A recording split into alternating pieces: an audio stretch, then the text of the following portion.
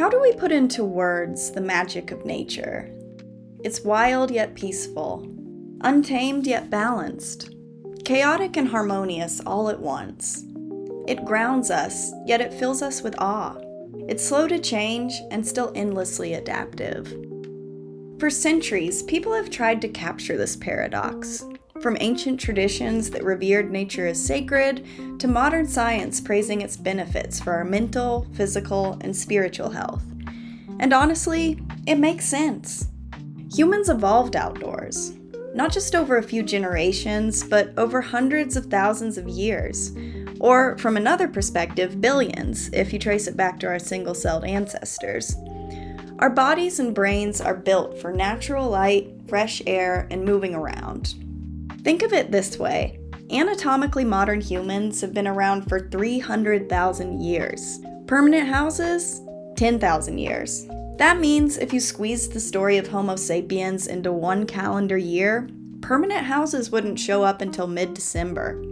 For 96% of our history, nature wasn't out there. It was home. Being in nature just feels right on a deep, primal level.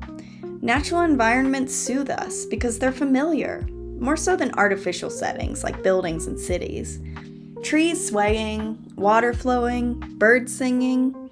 These things signal abundance and potential to the ancient forager in all of us. Lately, I've noticed this when I go on walks in the neighborhood.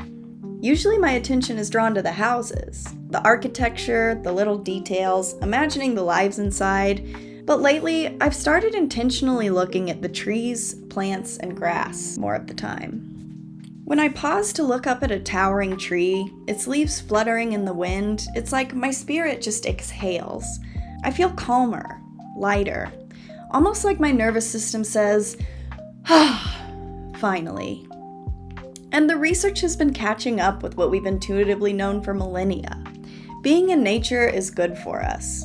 Time outdoors has been linked to lower blood pressure, stronger immune systems, reduced anxiety and depression, improved focus, better sleep, and even faster recovery from illness and surgery.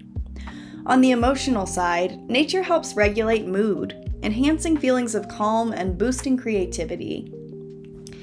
And we're not the first to say this.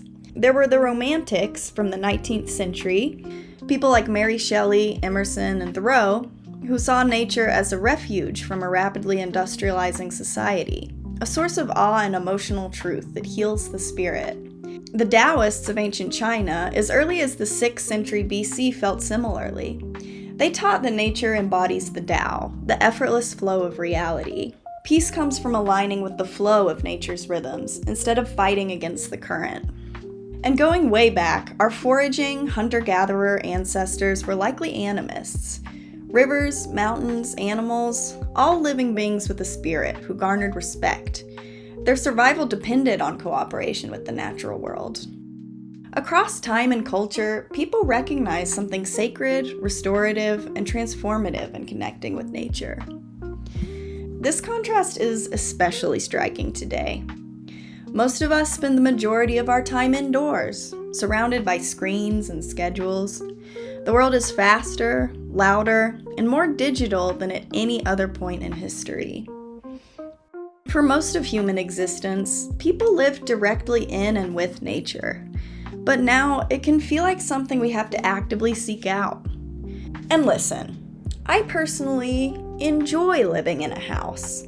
I also enjoy taking antibiotics when I have an infection, so I don't die of that infection. I'm a big fan of movies, and I love the internet. These are all incredibly powerful tools that should be used responsibly. I'm not advocating for scrapping everything and going back to the hunter-gatherer lifestyle.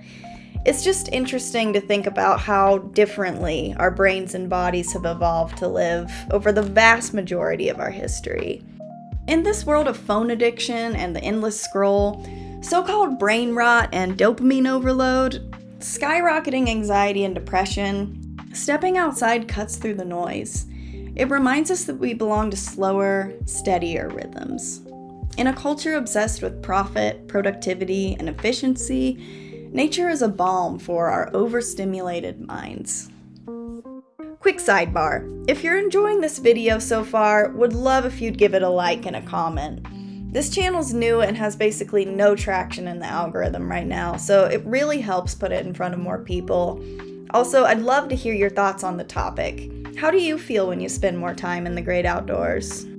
When we look around, nature's chock full of lessons. Trees grow slowly, almost too slow to notice. They don't shoot up from sprouts to towering giants overnight. Ecosystems remind us that nothing lives in isolation. A forest isn't just trees, it's a network of plants, animals, fungi, and microbes, all passing energy along in their own way. Compared to human creations, natural growth looks messy. With its tangles and knots, dirt and decay, very few straight lines. And yet, that apparent chaos holds a balance that we instinctively trust. It mirrors the way that we thrive best. Not in rigid order, but in living, shifting patterns that feel organic and real. Writer Martha Beck has a fascinating lens for this. Nature engages the right hemisphere of the brain, the area that she proposes is sorely underappreciated in modern life.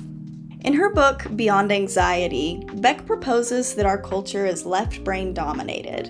And yes, she acknowledges that nothing happens exclusively on one side of the brain. That doesn't mean there's no differences between the two, though. The left hemisphere tends to be logical, verbal, linear, time-based, and focused on control. Qualities that help us plan and analyze, but also tend to fuel anxiety through constant prediction and overthinking. The right hemisphere, by contrast, is intuitive, sensory, holistic, and grounded in the present. It's the birthplace of feelings of curiosity, creativity, and calm within us. Her key insight is that anxiety lessens when we give more space to right brain functions, allowing the left to support rather than dominate. And I want to do a whole other video about creativity and anxiety and the relationship between the two that she talks about in her book, so get ready for that. But in the meantime, I couldn't recommend the book Beyond Anxiety more highly. It is so incredibly good. Honestly, the best book I've read on anxiety in the past 15 years. And like many people, I'm very interested in this topic because I'm kind of an anxious person. But anyway, back to the trees. Beck talks about how nature invites the right brain forward. It draws us into the present through our senses and quiets the anxious, control-seeking left brain. When you step outside, there's nothing to calculate or predict about the sound of leaves rustling or the feeling of sunlight on your skin. You simply experience it. It often inspires a sense of quiet fascination and awe for reasons that you might not be able to put into words. A walk by a river can shift us from rumination into flow. Watching a bird build its nest can spark curiosity. Even something as simple as pausing to smell the earth after rainfall connects us to a way of perceiving that feels whole and effortless. Nature combined with a touch of light exercise is truly magical, and this is borne out again and again in the research. I know a walk outside sounds too simple to believe, but the same can be said for so many truths in life. It's the gentle rhythm that loosens the grip of our tired troubles and makes space for wonder, peace, and inspiration. Nature doesn't just calm the mind, it helps us re-inhabit the parts of ourselves that modern life often sidelines. So, when you put it all together, there's really nothing surprising about it. Maybe the magic of nature is just remembering who we are. Creatures who evolved in a living, breathing world, who feel most at home when we pause, look up at the trees, and let ourselves belong again. Thank you for watching. Again, let me know in the comments how you feel when you're out in nature. Has just being in that environment ever helped you in kind of a mysterious way? I look forward to reading about it. Bye for now.